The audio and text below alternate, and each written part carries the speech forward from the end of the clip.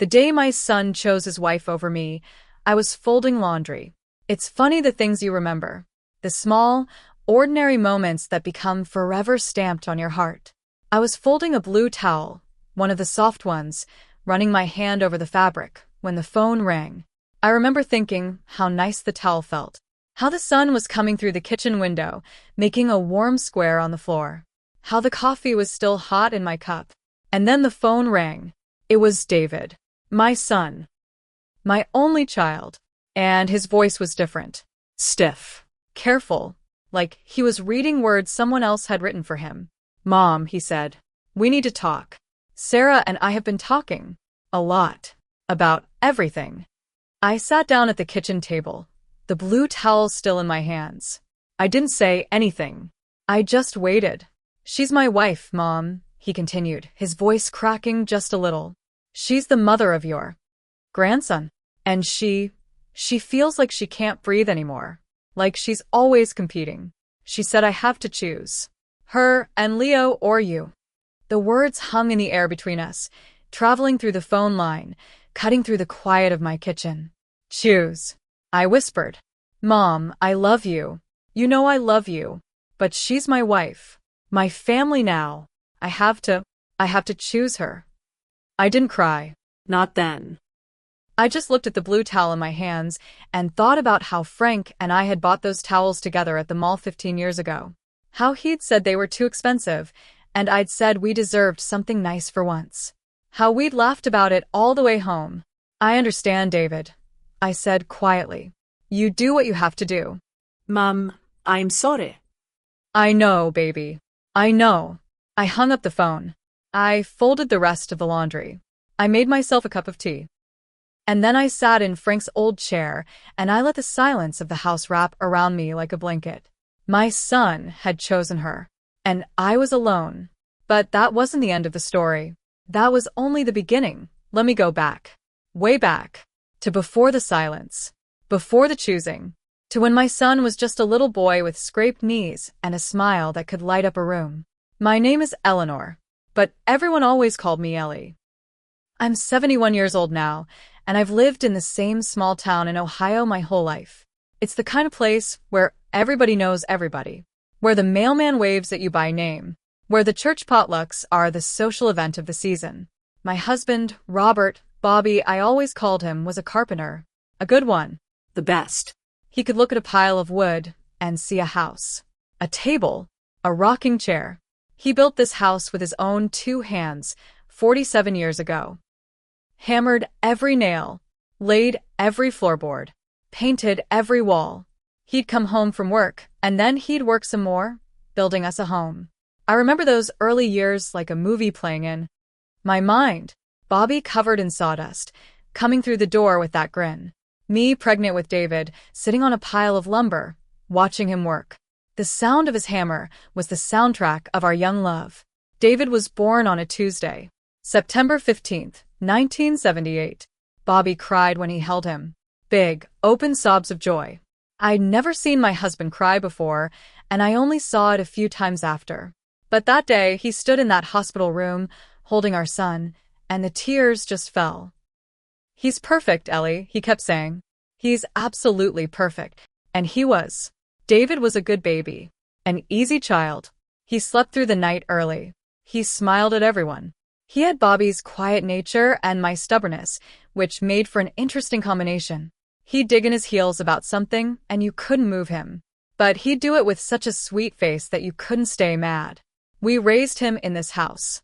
The house Bobby built. His height marks are still on the doorway to the basement, little pencil lines with dates next to them. Age 5. Age 7.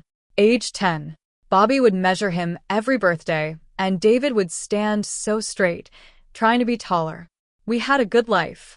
Not rich, never rich. But we had enough. Enough food, enough love, enough laughter. Bobby worked hard, and I worked hard keeping our home. I was a secretary at the elementary school for 30 years. I knew every child's name, every parent's face. It was a good life. A simple life. A happy life.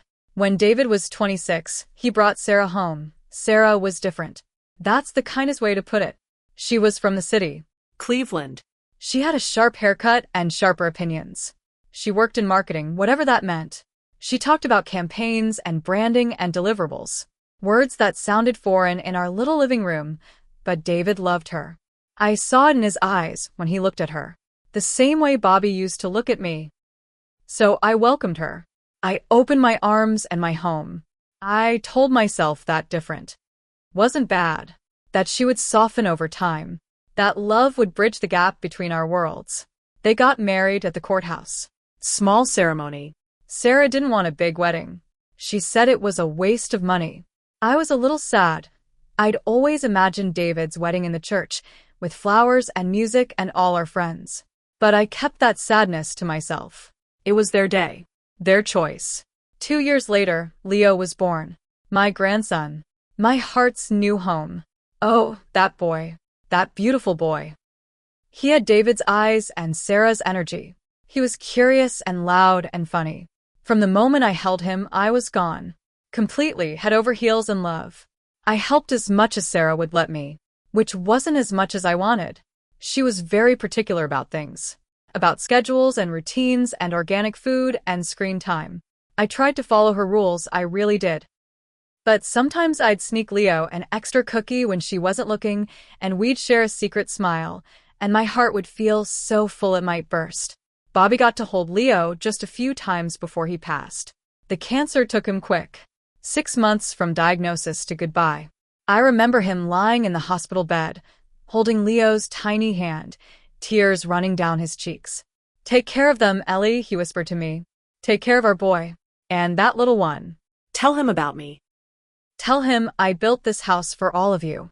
I promised him I would. I promised." After Bobby died, the house got quiet. Too quiet. David and Sarah lived 20 minutes away, but they were busy. Work, daycare, their own lives. I understood. I didn't blame them. But the silence at night was heavy. I'd sit in Bobby's chair and talk to him sometimes. Tell him about my day. Ask him if he could see us from wherever he was. And slowly, Sarah started to change toward me. Or maybe she was always that way, and I just didn't want to see it. The first time I noticed something was wrong was at Leo's 5th birthday party. I'd made a cake, the chocolate cake with vanilla frosting, the same recipe my mother used, the same recipe I used for David's birthdays. Leo loved chocolate. He'd told me 100 times, "Grandma, chocolate is the best thing in the whole world." I arrived at their house with a cake in a carrier, so proud of myself. I decorated it with little dinosaurs, because Leo was obsessed with dinosaurs that year. Sarah met me at the door. She looked at the cake, and her face did something complicated. A smile that didn't reach her eyes. "Oh, Ellie," she said. "I told you we were having a cater party. Store-bought cake. From that organic bakery downtown." "I know, honey," I said, still smiling. "But this is just a little extra. Something from Grandma. Leo loves chocolate. He loves a lot of things that aren't good for him," she said. "That's why we have rules. Limited sugar. Only organic. I've told you this." I felt my face get warm. "It's his birthday, Sarah. One piece of cake won't hurt." She opened her mouth to say something else, but David appeared behind her. He looked at me, at the cake, at Sarah's face. And he just sighed. A tired, heavy sigh. "Mom, maybe just bring it inside. We'll figure it out." I brought it inside. I put it on the kitchen counter next to the fancy, organic cupcakes. Leo saw it, and his face lit up. "Grandma, a dinosaur cake. Is it for me?" "Of course it is, sweetheart." He hugged my legs, so tight. And for a moment, everything was fine. But at the party, Sarah served the organic cupcakes. My cake sat untouched on the counter. At the end, when everyone was leaving, I saw her scrape it into the trash. The whole thing, all my work, all my love, dumped in the garbage. I didn't say anything. I just gathered my things and left. David called me that night. "Mom, Sarah didn't mean anything by it. The kids were full. She was just cleaning up." "It's okay, David," I said. "It's just cake." But it wasn't just cake. And we both knew it. After that, things got careful. I became careful. I measured my words before I spoke. I asked before I visited. I followed every rule Sarah gave me, even when they didn't make sense to me. No sugar before bed. No TV except educational shows. No playing in the backyard without sunscreen, even for 5 minutes. No this, no that, no the other thing. I loved Leo so much that I would have agreed to anything. I would have stood on my head if Sarah asked me to. So I nodded and smiled and followed the rules. But Sarah always found something. One Saturday, I was watching Leo while they went to a wedding. We had a wonderful day. We built forts with blankets. We read 3 books. We made cookies. I used the recipe she approved, the one with whole wheat flour and less sugar.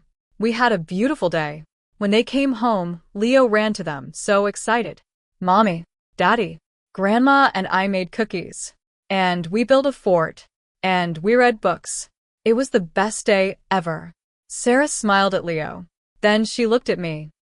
And her eyes went to the kitchen. Did you clean up thoroughly? She asked quietly, while David took Leo to change. Of course, honey. Everything's put away. She walked into the kitchen, opened the pantry, ran her finger along a shelf, checked the sink for spots. I stood there, 65 years old, feeling like a child being inspected. The flour canister isn't sealed properly, she said. We have ants this time of year. I've told you. I'm sorry, Sarah. I'll make sure next time. There's always a next time, Ellie, she said. And she walked out of the kitchen. I stood there for a long moment. Then I quietly fixed the flour canister, gathered my things, and drove home. I cried the whole way. The tension grew like a weed. Slow at first, then faster, taking over everything. Holidays became minefields. Christmas at their house meant my turkey wasn't cooked right. Thanksgiving at my house meant my stuffing had too much salt. Easter at my house meant the egg hunt wasn't organized enough. I started to dread family gatherings. I'd spend days preparing, worrying, trying to anticipate every possible criticism. And still something would go wrong. She's not your mother, David, I heard Sarah say once, through the baby monitor I'd accidentally left on. They were in the living room. Leo was napping upstairs. I was in the kitchen, and the monitor crackled with their voices. I know she's not my mother. She's his mother. And she's Leo's grandmother. She undermines everything I do. Every rule I set, she breaks. She gives him sugar. She lets him watch cartoons. She treats me like I'm the enemy. She's just trying to love him, Sarah. No. She's trying to be his mother. And I won't have it. I won't have her interfering with how I raise my son. I quietly put down the dish I was washing. I walked out of the kitchen, got my coat, and left. I didn't say goodbye. I just walked to my car and drove home. David called later. Mom, where did you go? We were looking for you. I wasn't feeling well, honey. I went home. Oh. Okay. Feel better. I will, David. I will. But I didn't. Not for a long time. The real turning point came on a Tuesday in October. I remember because the leaves were turning. Beautiful reds and oranges. The kind of day that makes you want to take a deep breath and hold it. I was at their house, watching Leo after school. Sarah was working late. David was on a business trip. Just me and Leo, and it was wonderful. We did homework together. We made dinner together, macaroni and cheese, the kind from a box that Sarah would never allow. Leo's favorite. This is the best dinner ever, Grandma, he said, his mouth full of orange noodles. Don't tell your mom about the box, I whispered, and he giggled. After dinner, we were sitting on the couch reading a book when Sarah came home early. She walked in, saw us, saw the empty macaroni box on the counter, and her face changed. Ellie, can I speak to you in the kitchen? I kissed Leo's head. I'll be right back, sweetheart. In the kitchen, Sarah's arms were crossed. Her jaw was tight. Macaroni and cheese from a box. He loves it, Sarah. It's just once in a while. It's not just once in a while. It's every time. You give him what he wants, not what's good for him. You undermine every rule I have. I'm sorry. I thought. You don't think, Ellie. That's the problem. You just do what you want and expect me to clean up the mess. Her voice was rising. I'd never seen her this angry. Sarah, please. Let's not. No. Let's talk about it. Let's finally talk about it. You're always here. Always. You show up whenever you want. You call a dozen times a day. You insert yourself into every part of our lives. I can't breathe, Ellie. I can't breathe in my own home. I felt like I'd been slapped. I'm just trying to help, to be part of their lives. You're smothering us. You're always here, always needing something, always wanting attention. David feels guilty if he doesn't call you every day. I feel guilty if I don't invite you for every holiday. It's too much. Tears were streaming down my face now. I couldn't stop them. I'll give you more space. I'm sorry. I didn't realize. Realize what? That you're suffocating us? That my marriage is suffering because your son can't say no to his mother? That Leo is confused about who his real mother is? I never meant. I know you never meant, you never mean anything. But it doesn't matter what you mean. It matters what happens. And what happens is that I'm tired. I'm tired of sharing my husband. I'm tired of sharing my son. I'm tired of you. She took a breath. Her voice got quieter, which was somehow worse. So here it is, Ellie. The truth. I can't do this anymore. I can't share my life with you hovering in the background. So you need to decide. Either you back way off, and I mean way off, or David and I are going to have serious problems. And if it comes down to a choice, he'll choose me. He has to. I'm his wife. I stood there in her kitchen, in my son's kitchen, in the kitchen where I'd washed dishes and made cookies and celebrated birthdays, and I felt the ground disappear beneath me. I'll go, I whispered. I'll go now. I walked back to the living room. Leo was still reading. Grandma, where are you going? I have to go home, sweetheart. I'll see you soon. I kissed his head. I walked to my car. I drove home. And I didn't cry until I was in my own house, in Bobby's chair. In the silence, the weeks that followed were the loneliest of my life. I stopped calling, stopped visiting, stopped everything. I waited for David to call me. He did, but the calls were short, awkward. Hey, Mom. How are you? I'm okay, honey. You? Busy. Work is crazy. Leo has a cold. Sarah's stressed. I'm sorry to hear that. Tell Leo the first love him. I will, Mom. I'll talk to you soon. Click. That was it. That was my whole connection to my son, to my grandson, to the family I'd loved with my whole heart. I started having trouble sleeping. I'd lie in bed at night and replay every moment, every mistake, every time I should have done something different. Should I have been less involved? More distant? Should I have followed every rule perfectly? Should I have seen this coming? I talked to Bobby sometimes in the dark. I messed up, I'd whisper. I loved them too much, and I messed up. What do I do? Tell me what to do. But Bobby never answered. Just the silence. Always the silence. 6 months passed. 6 months of silence and sadness, and wondering if I'd ever see my grandson's face again. And then, on a cold March evening, there was a knock on my door. I opened it, and David was standing there. He looked terrible, tired, Thin. dark circles under his eyes. He looked like he hadn't slept in weeks. Mom, he said. Just that. Just my name. David. I stepped back. Come in. Come in out of the cold. He walked into the living room, looked around at everything. At Bobby's chair. At the photos on the wall. At the Afghan on the couch that I'd been knitting. I'm sorry, he said. And then he sat down on the couch and put his face in his hands and cried. I sat next to him. I put my arm around him, the way I used to when he was little, and scraped his knee or lost a baseball game. I'm so sorry, Mom. I'm so sorry. Sorry for what, baby? For everything. For choosing. For letting her push you away. For not standing up for you. For 6 months of silence.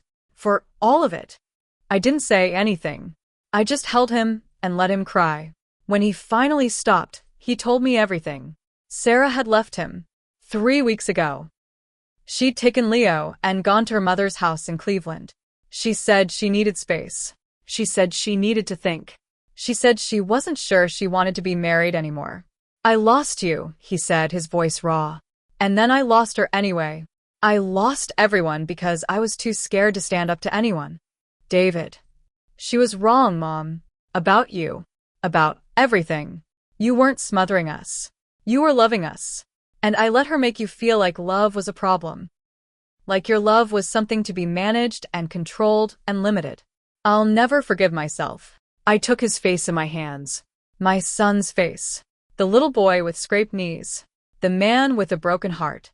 Listen to me, I said. You are my son. I carried you. I raised you. I will love you until the day I die. Nothing you do can change that. Nothing. But I chose her. I chose her over you. You chose your wife. That's what a husband does. That's what a good man does. I never blamed you for that. I never will. He looked at me with such pain. But she was wrong. And I let her be wrong. I let her hurt you. She was scared, David. Scared of losing you. Scared of being second. I understand that now. I didn't then, but I do now. A mother's love is fierce. A wife's love is fierce too. Sometimes they clash. It doesn't mean anyone is bad. It just means love is complicated. Over the next few months, David and I slowly found our way back to each other.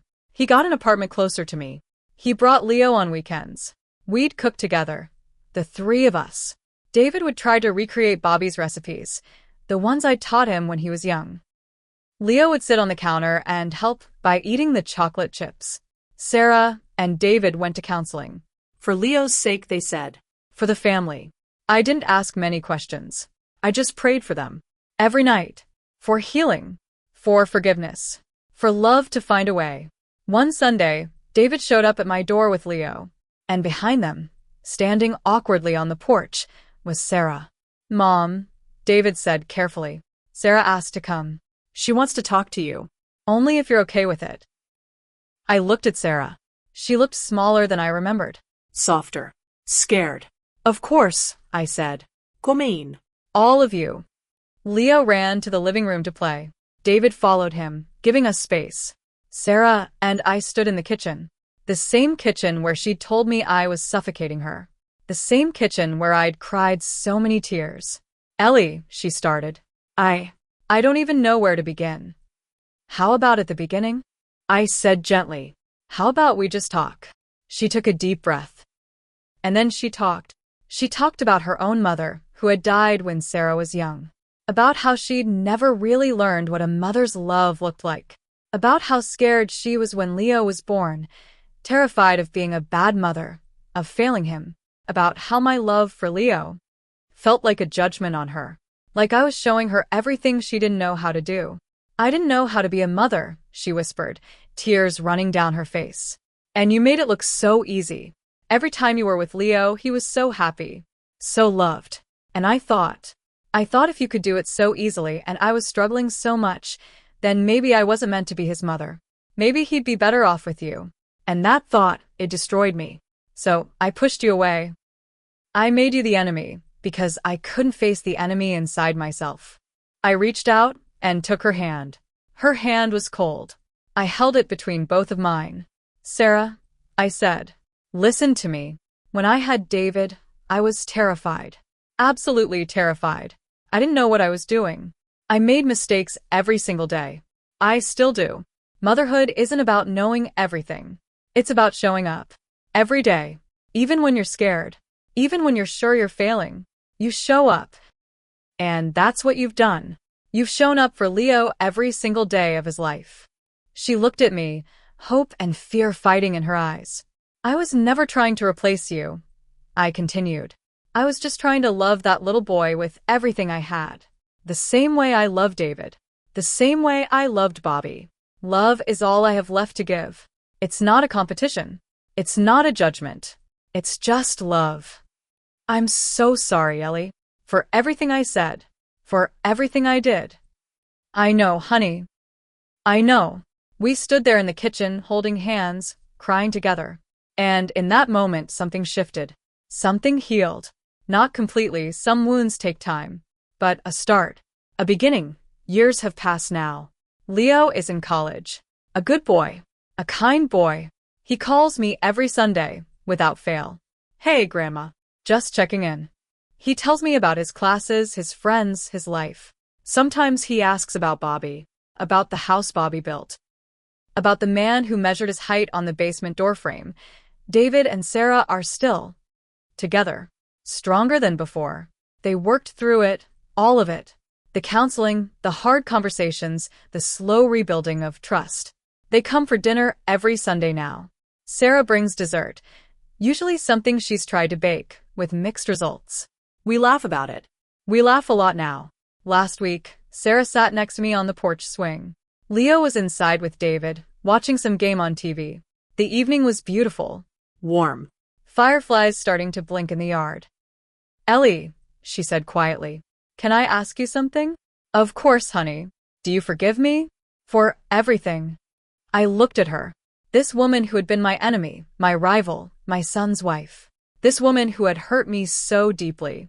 This woman who was also scared and lost and trying so hard to be enough. Oh, Sarah, I said. I forgave you a long time ago. But how? How could you? I was so cruel. So unfair. I thought about it for a moment. Watched a firefly blink in the dark. Because forgiveness isn't about the other person, I said finally. It's about you. It's about not carrying that heavy weight around anymore. It's about choosing peace over pain. I carried that hurt for a long time. It was heavy. It was exhausting. And one day, I just decided to put it down. Not because you deserved it, but because I deserved peace. She was quiet for a long moment. I want to be like you when I grow up, she said finally, and we both laughed. You're already grown up, honey. You're just still becoming. We all are. Every day. Until the very end. The lesson I learned, the one I'd want every mother to know, is this. Love doesn't run out. There's a myth, I think, that love is finite. That there's only so much to go around. That if someone else gets love, it means less for you. But that's not true. Love is the one thing that multiplies when you give it away. Sarah needed to know that I wasn't taking her share of David's love. She needed to know that a mother's love and a wife's love are different. They complement. And David, my sweet boy, he needed to learn that choosing doesn't have to mean abandoning. He could choose his wife and still love his mother. He could set boundaries without building walls. We all learned. Slowly. Painfully. But we learned. I think about Bobby sometimes. About what he'd say if he could see us now. All of us, together. Laughing. Loving. Forgiving. I think he'd smile.